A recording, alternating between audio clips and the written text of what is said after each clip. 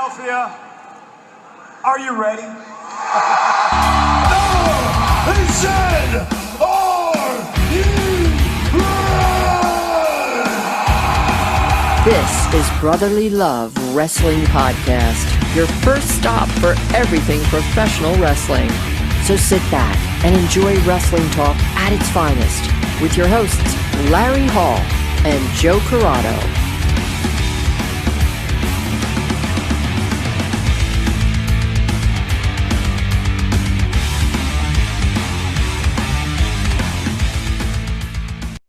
Welcome everybody to Brotherly Love Wrestling, and our guest today is Big Callux. Big Callux, welcome to the show. Yeah, hey, my name's Big Callux, the massive monster, the gigantic giant, the largest professional wrestler in these 50 United States. And today I'm doing night mode. So it's after 8 p.m. Law mandates I have to go into night mode. So you guys get a special look. Makes sense. We love it. As long as we don't suddenly put you into sleep mode, then we're good. Yeah. Sleep mode comes, I think, at 11 or 10. Oh, okay. So I think we're in the clear. Yeah. Yeah, we're good, unless we go 3.5 hours. Anything can happen on a Monday. I don't know that I have that much to say.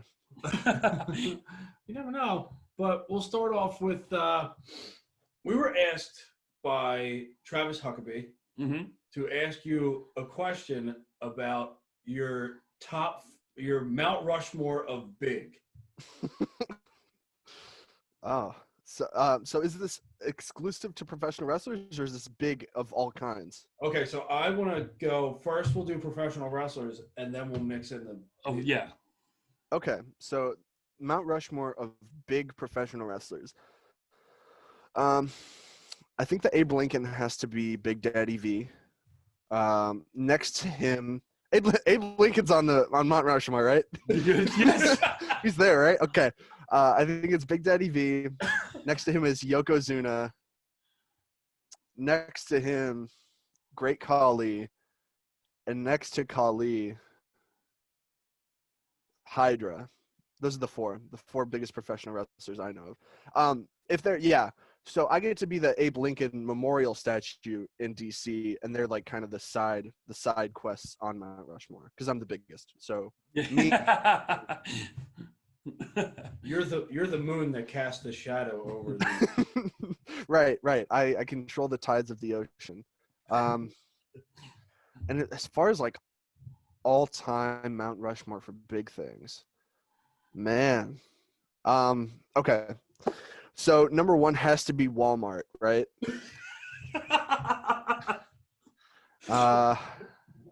Number two, I don't know anything that's bigger than Walmart. I mean, are we just staying in shopping and department? No, we got to go all over. I think it's Walmart, the highway, the U.S. postal system, and the electrical grid. Those are the four biggest things that I can think of.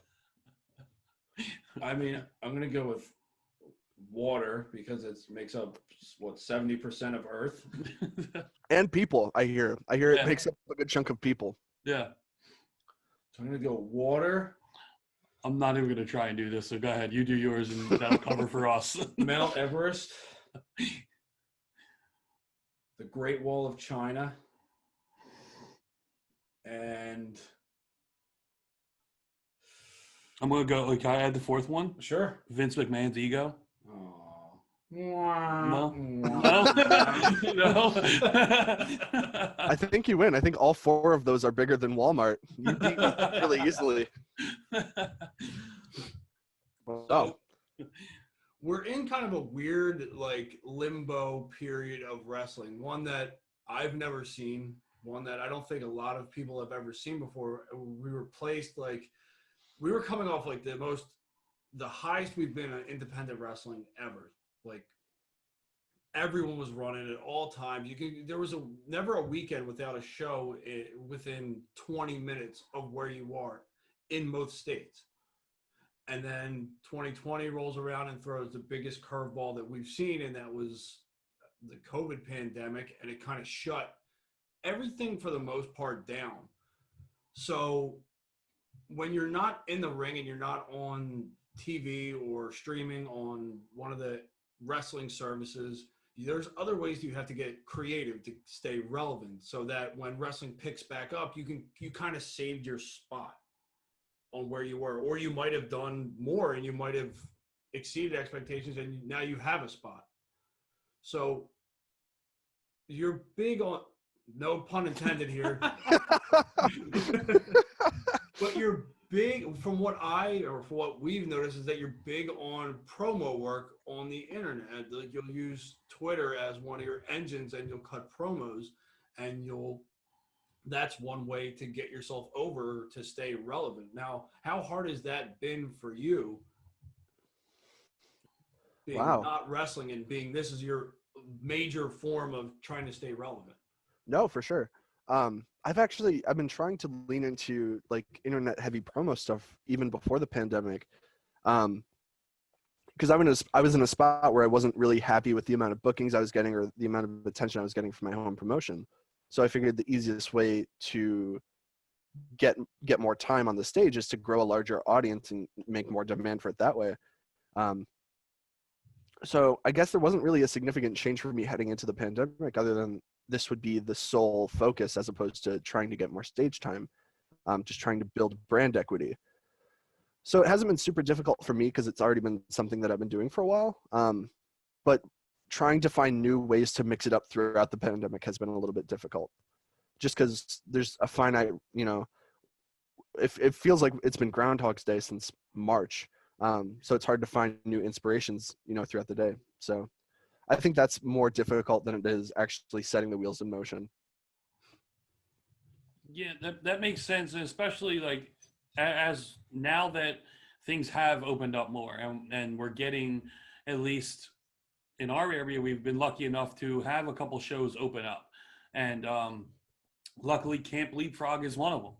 And Camp Leapfrog has been, not obviously to a lot of fans, but at least streaming and giving us content, and that's one of the things that we, being in this area, love so much, is that we are getting stuff. We're getting like a GCW. You're getting these other companies.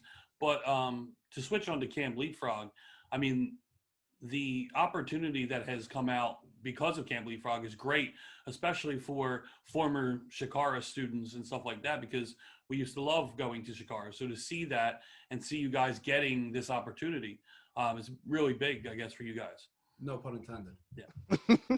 Yeah, for sure. It's been super, super cool. Camp Leapfrog is it's really been the ashes of, something we've loved, and sort of taking an old thing and putting a new twist on it, or adding a new perspective to making it something that we love. I can't speak highly enough of Camp Leapfrog and like the environment and the products that have come out of that. And we have some stuff on the horizon that I'm super excited for. It's super cool. Yeah, Camp Leapfrog has definitely been like one of the few high spots of the last 7, 8, 9, 10, 11 months, however long this has been. But yeah, Camp Leapfrog is awesome. Now, have you been a mainstay there the whole time, or do you have any say on what you're going to do? Is it kind of like a collective group of people that all get together and New, it's hard to say. No, yeah. Oh, sorry. It's hard to say because it's so new. I think we've only had 2 or 3 shows so far, but it's all kind of like it is what it is without getting too behind the curtain. We all have input and we all have influence on what we'd like to do or what we want to do, or if we don't want to do something, we don't have to do it. That's something I really, really appreciate. But yeah, I've been with Camp Leapfrog from the start. I wasn't on their first show just because COVID scares me. So the only show that I think properly participated on was the really, really minimal Leapfrog Live where I wrestled CC Boost. But yeah, I can't say enough good things about Leapfrog. Now, do you enjoy something like this, being able to have a little bit of creative freedom? Does it excite you? Yeah, absolutely. It's no secret that in wrestling, a lot of times you're going to find a day when, you kind of have to make the best of the Legos that you're handed. You're going to have to build the funnest castle that you can. but it's so rewarding and so cool when you get to go to the store and pick out which Legos you want when you have a vision in mind that I want to build this thing. You know, you can go pick out a green one and a yellow one as opposed to being tossed 92 gray Legos and being like, make something. Like it's different different levels of fulfillment, I guess.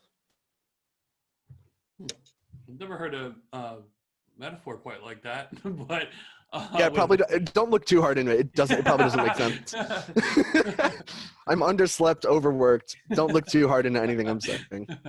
But also, I mean, are there, aside obviously from Can't Believe Frog and what you're doing currently, going forward, what are the goals that you may have set for yourself? Like are there certain companies that you look at that company and go, man, I really want to work with that company, just on an independent level to start off? Yeah, for sure. I mean, there's no company that I'm looking that's like, wow, you know, I don't want to be there. I'd love to be wrestling every weekend if I could. Mm-hmm. What we have going on in Limitless right now, where we've just kind of set our foot in the door and has me really, really excited. There's a lot of really, really cool opportunities there. I think I did my first ever, it was either my first ever booking ever or my first outside booking was at Black Label Pro. And we had a really fun match there. It was me, Still Life, Danhausen, Boomer Hatfield, Jake Lander, and Cabana Man Dan. And we had a lot of fun, and, you know, but I've grown so much since my first match. I'd love to go back out there and kind of tune up the scale of what they think Big Callux is. GCW is always a fun one. I'd love to go back to Synergy. That's another one where I'm like, I can put on a better showing there. Just everywhere. I would love to. I would love to wrestle everywhere. Please book me. Now, tell me if this helps or hinders, or it doesn't matter at all. There is, I would say, very few that really take pride in a lot of character work and really hone in or actually have a character outside of, oh, I'm a really good wrestler nowadays. Now, do you think that helps when it comes to booking, when it comes for people looking for something different, or do you think it hinders you because you're not like everyone else? It's not like you conformed into one certain style or one gimmick. You kind of, yeah. You're original. So I don't know about that. I think everyone's a copy of someone, you know. Well, like, unless you're Andre the Giant, then he's the only original wrestler. Everyone else is just a knockoff Andre. I mean, it can do both. Definitely, there's definitely opportunities where they found out that I was a Chikara kid and I got a spot on the show because of that. There's also opportunities where I've had doors closed because I wear a mask. It's both. You know, you kind of have to carve your own path and go with the people who will let you in. You can't really change anyone's mind on preference or taste or stuff like that. It's kind of up to you to change their mind the best you can by delivering the best product you can. And if that doesn't work, then it doesn't work. Now, have you ever thought of, for those people that said you don't work for us because you wear a mask, has that ever been a thought in your mind to be like, oh, maybe I should lose the mask? Nothing serious. Nothing. It's never been a serious thought in my mind where it's like, man, Idaho Cornfield 42 fan wrestling really doesn't want me to wear a mask. I really should get rid of, like, it's always been something I think everyone who wears a mask has played with and thought about, but nothing serious. So, and because we're talking about it, what made you want to do being a gimmick with a mask? Like, did you ever wrestle without your mask? I didn't choose to wrestle with a mask. It's no secret that you're at where I trained. You're kind of. I'll be respectful. I wasn't I wasn't allowed to make that choice. It was just kind of something that was handed to me and told to make the best of it. Yeah. Like in training, we've all done stuff without masks and in class and stuff like that. But I've been a masked boy. Yeah, I mean, you're coming from a place that is known for its creative masks, and there's a lot of them. I mean, there's a whole colony of them. Yeah. And then you see someone like a very good professional wrestler who decides to shed the mask and ends up, I don't know, I wouldn't say more over than he was. I mean, it's different. So he's doing well there. He was doing good as Dasher, and now he's doing well as a very good professional wrestler. So it's kind of hard to, it's kind of, you do what you want, what you think is best for you. Right. Yeah. Everyone has their own comfortability levels.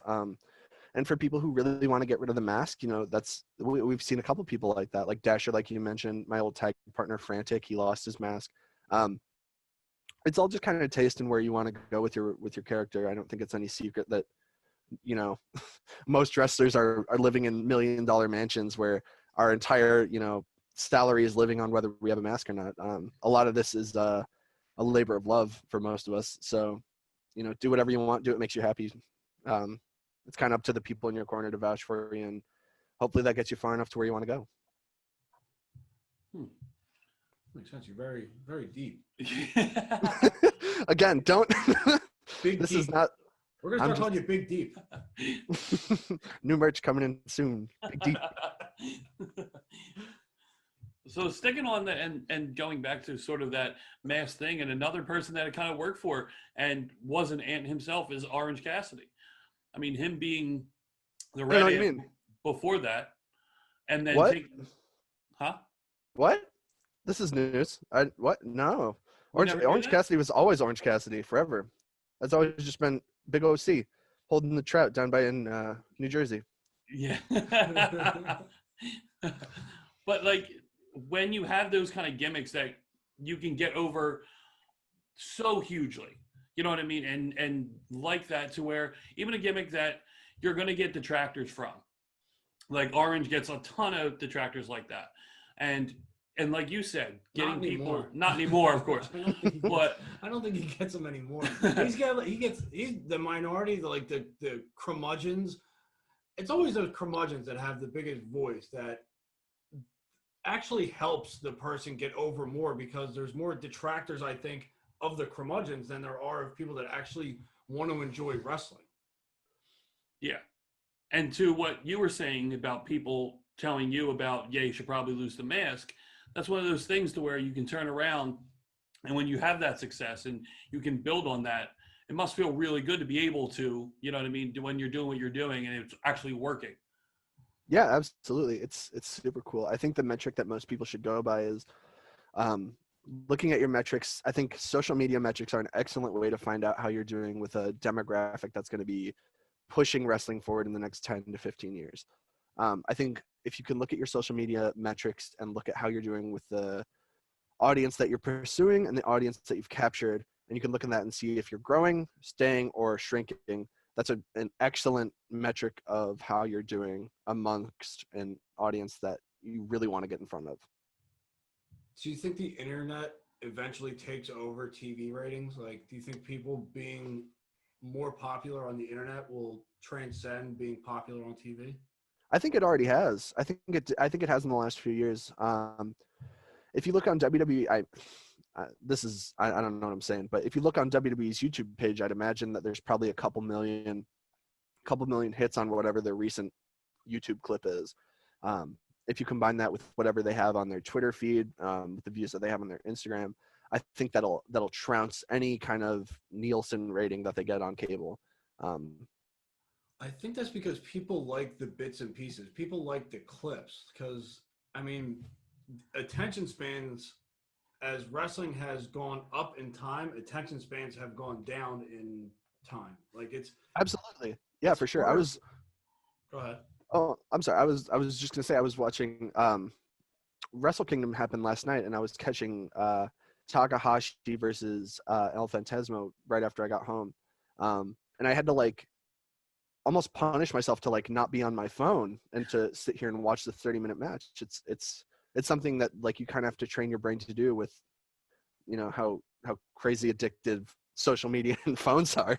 You just kind of have to force yourself to sit there and watch something for 1 hour, 2 hour, 3 hour, 4 hour, however long it is. I think bite-sized pieces of content are way more consumable than those long pieces.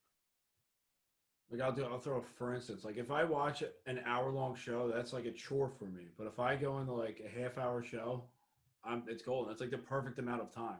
So just imagine a 3-hour show with commercials. Anytime they put, say, I was watching The Italian Job on TV the other day, which is the dumbest idea because they turned a 2.5-hour movie into a 4-hour movie, and who the hell wants to sit there for that long? I mean, I don't mind it on a Sunday, but other than that, like, it's just that sometimes too much of one thing can work against you. No, for sure. Yeah, absolutely. I, I mean, how many hours of programming does WWE have in a week? I think I think it's like 12, 15.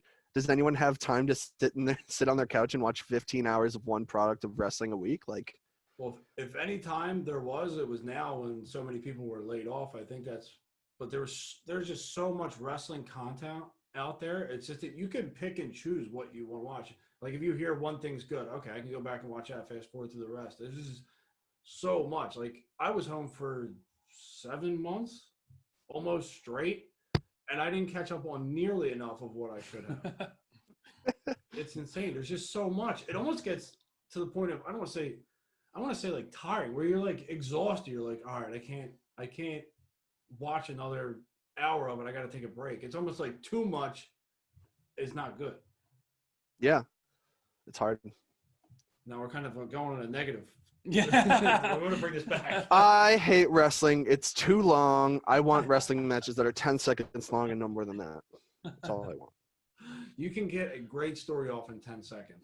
All you need is one well-placed eye poke, a atomic drop, DDT, done. There was was it GCW's Spring Break or whatever that cluster of shows was called last year, where there was I think it was a 60-second Iron Man match between Chuck Taylor and someone else. I don't know. It was incredible though. It was a 60-second Iron Man match where it ended in a draw. I want more matches like that. Yeah. It would be like revered by some. Is what's funny is that's what gets the old school mentality so riled up, is that everyone thinks it's making a mockery of what it used to be, when no, you're kind of expanding on what it could be.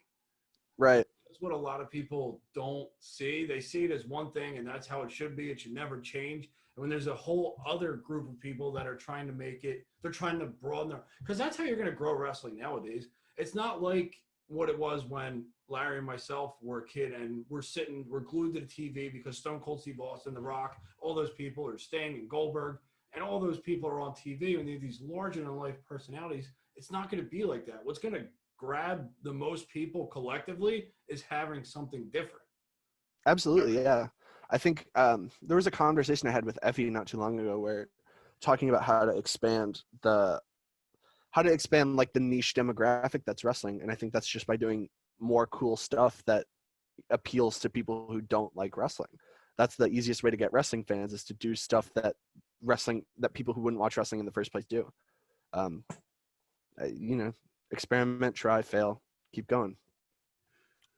I mean, it's really not a failure though if you're learning from it, or if you grab someone that might not have ever watched because they couldn't relate to it, because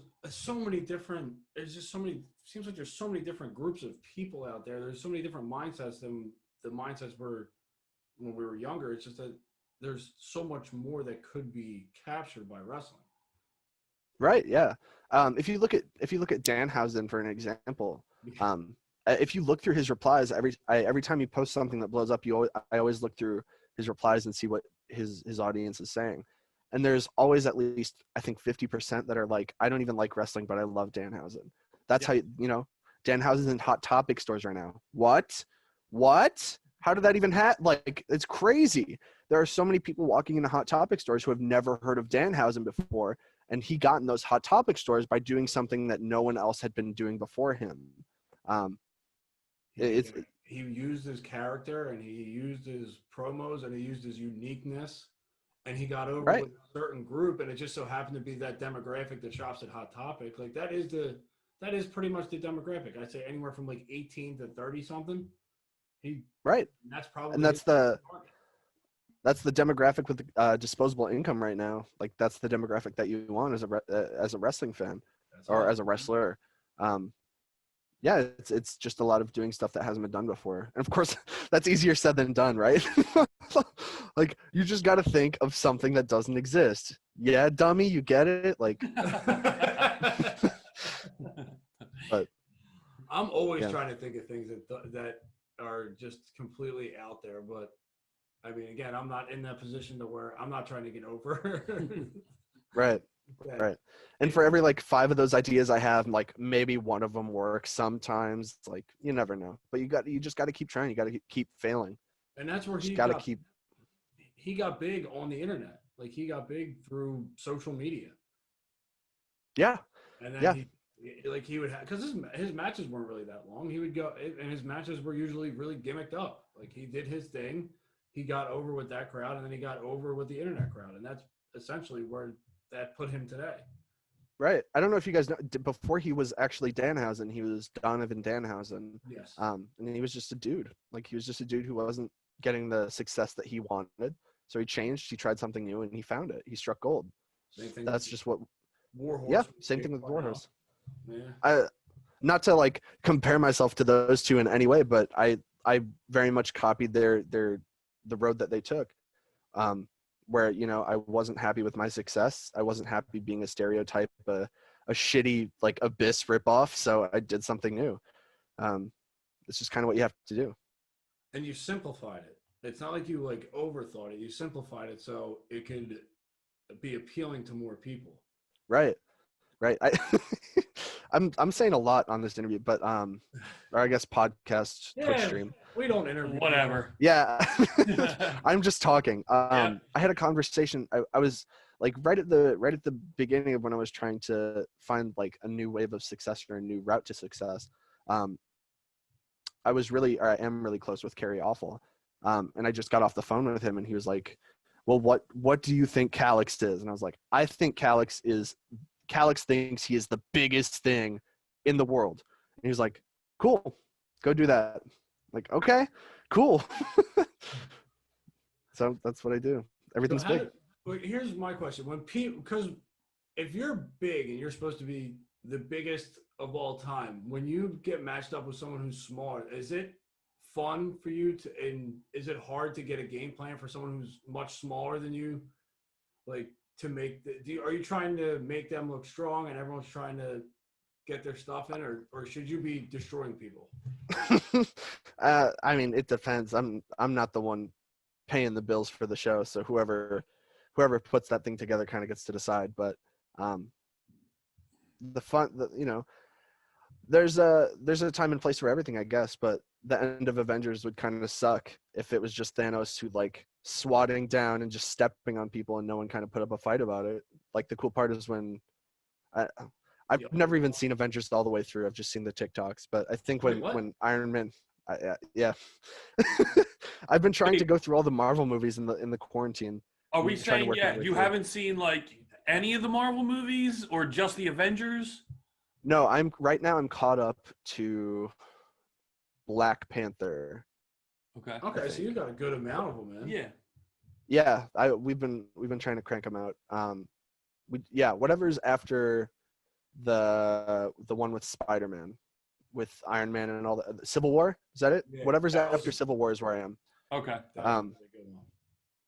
Yeah, but like the end of those movies would suck if you got all the way to the end and the big villain just like squashes someone like in 4 seconds. You're like, oh, that sucked. All right, like it's fun to create conflict, and that's what we do. And that's if you can make 10 minutes of conflict seem interesting, then I think you've done a pretty good job.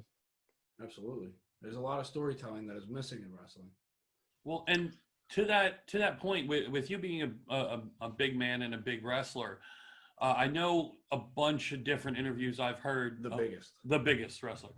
I have watched a lot of whether it's documentaries or interviews, and I heard the Big Show saying a lot about early in his career he wouldn't wrestle as a big man, and there'd be people who would take him aside and go, look, you got to take force. You got to at least make yourself get over in that way, and don't let them do that to you, and wrestle as a big guy.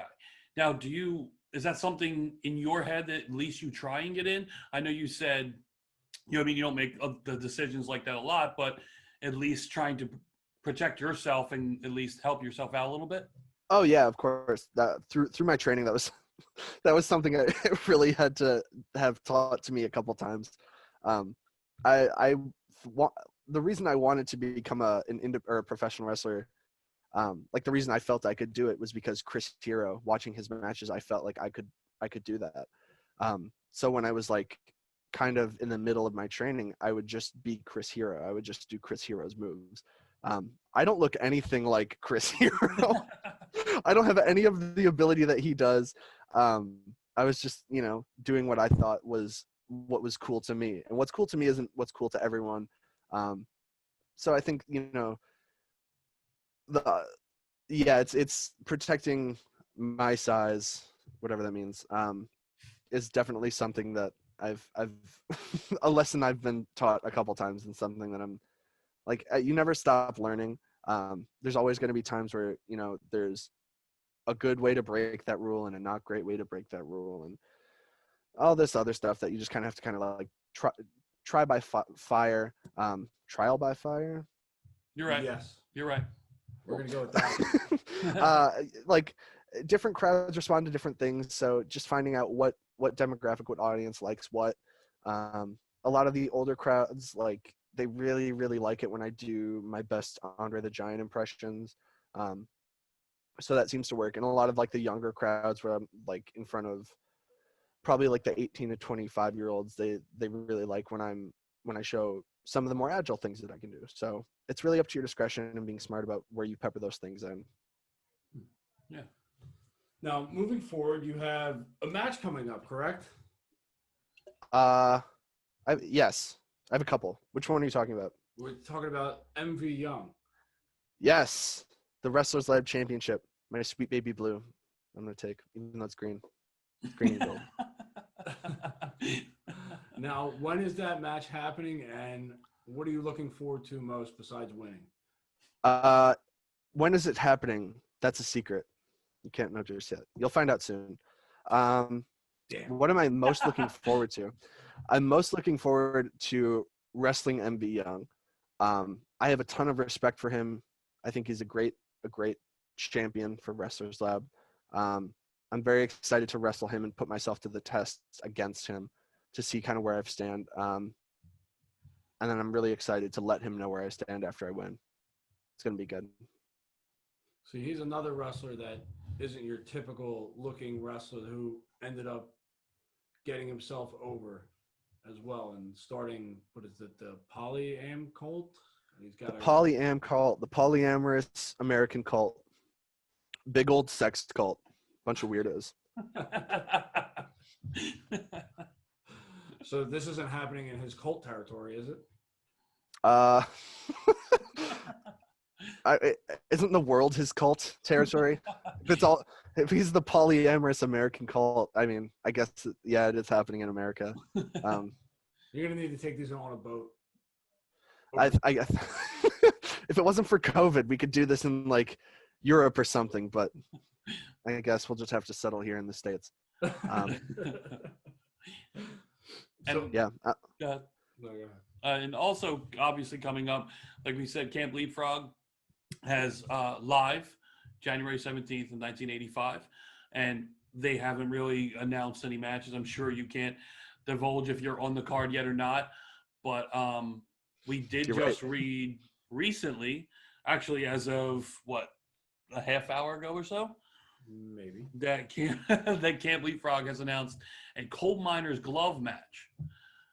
The co-main event of Live, which excites me because actually when WWE brought back Halloween Havoc, I was hoping that one of the matches on the Spin the Wheel, Make the Deal was a coal miner's glove match. So for Camp Leapfrog to be bringing this back is absolutely awesome, and I cannot wait to see how they do this. Who's in the match? Let me get that right now because I didn't want to say it and not have it. and of course he said it and he didn't have it. Yeah. That's how it goes. Yep. We'll get the Jeopardy song playing. Here, I got it. There we go. Oh, it's Abs versus the Spoiler. That's gonna be awesome. Yes. Sweet. Now, are these I'm very guys that excited for you've worked with before? I, yeah. I mean, I feel like I've worked with everyone in a sense, but I've never had singles matches with either. I've never had any matches with them either.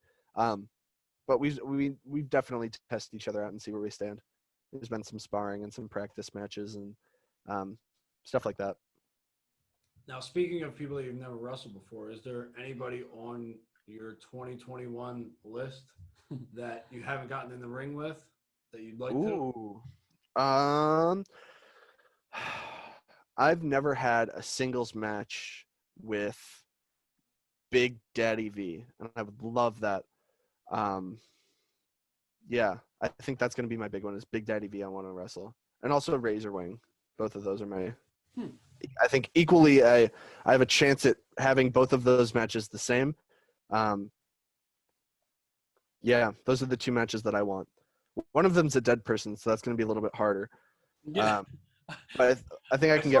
I saw his face When you said it, I was like, wait a second. I'm going through my head going, didn't he pass? He's dead. And I saw the wheels turning in there, and I was wondering how he was going to ask this question. It's going to be a super easy win if he's already dead. I'm glad you said that because I was really racking my brain. Like, I swore he passed. Maybe I missed something. As soon as you said Big Daddy V, he's like, I saw his face go from to.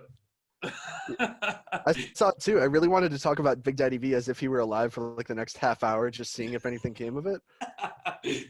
So, what if he came out as King Mabel instead? Would you still? No, that shit sucks. Fuck King You Mabel. didn't like Men on a Mission? Fuck King Mabel. I want Big Daddy V. Oh, he had that sweet fucking. He had those pants with the sweet little tit suspenders. I want that guy. Give me that guy. I want him. I don't want this guy in a coat. Fuck that. So no Viscera? No. Well, maybe. If I'm down to nothing or Viscera, I'll take Viscera. But if I'm down to nothing and King Mabel, I want nothing. Fuck King Mabel. But I want Big Daddy V. I'm actually surprised to hear that you never had a match with Razor Wing. Yeah, I've never had a singles match with him ever. We had a trios match out in the middle of nowhere, and that was like my second or third match, and I think that's the only time we've ever wrestled together.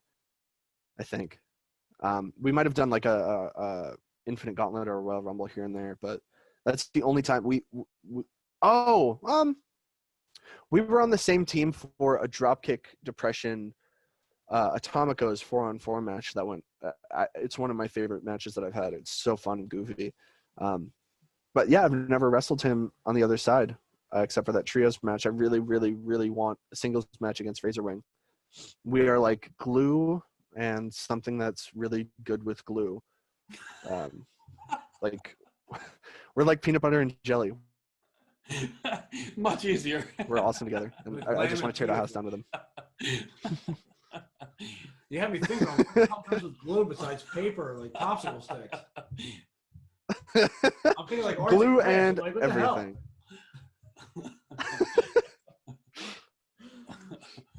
All right. Well, Big Callux, I think that's where we'll stop. We're gonna end it on that one. We're gonna end it on glue and popsicle sticks. Well, first, before we let us know what else you have coming up before we end on glue and popsicles. Yeah, absolutely. Okay. I don't know what I'm allowed to say. The only thing I can say is keep your eye on my social media, and you can find out when I'm wrestling Sexy Mike for the Wrestlers Lab Championship, and when I'm wrestling other people for other things. Could be anything. Who knows? Gold and diamonds, or it could be the Indiana Jones stone. Could be the Infinity Hand that Thanos uses. It really could be anything. You really just got to keep. Just really got to keep locked on my social media and give me a follow. Following the metrics boost my self-esteem, so that's really important. I love it. Well, thank you. See, we didn't have to end on glue. We had to end on something different. Yeah. Yeah. Just bring it back to Not glue. So, Big Callux, thank you so much for taking the time and talking with us and being on the show. We look forward to all the matches you have coming up and hopefully seeing you on Camp Leapfrogs live January 17th, 1985. Of course, that will be on January 17th on IWTV's Facebook, right? Streaming live? Yes. Yes. I I don't believe. fucking know. He didn't run the show, damn it. We're asking him too many hard questions. I have no idea. Thanks so much again, and it was great talking to you. Yeah, thanks, guys. All right, have a good night.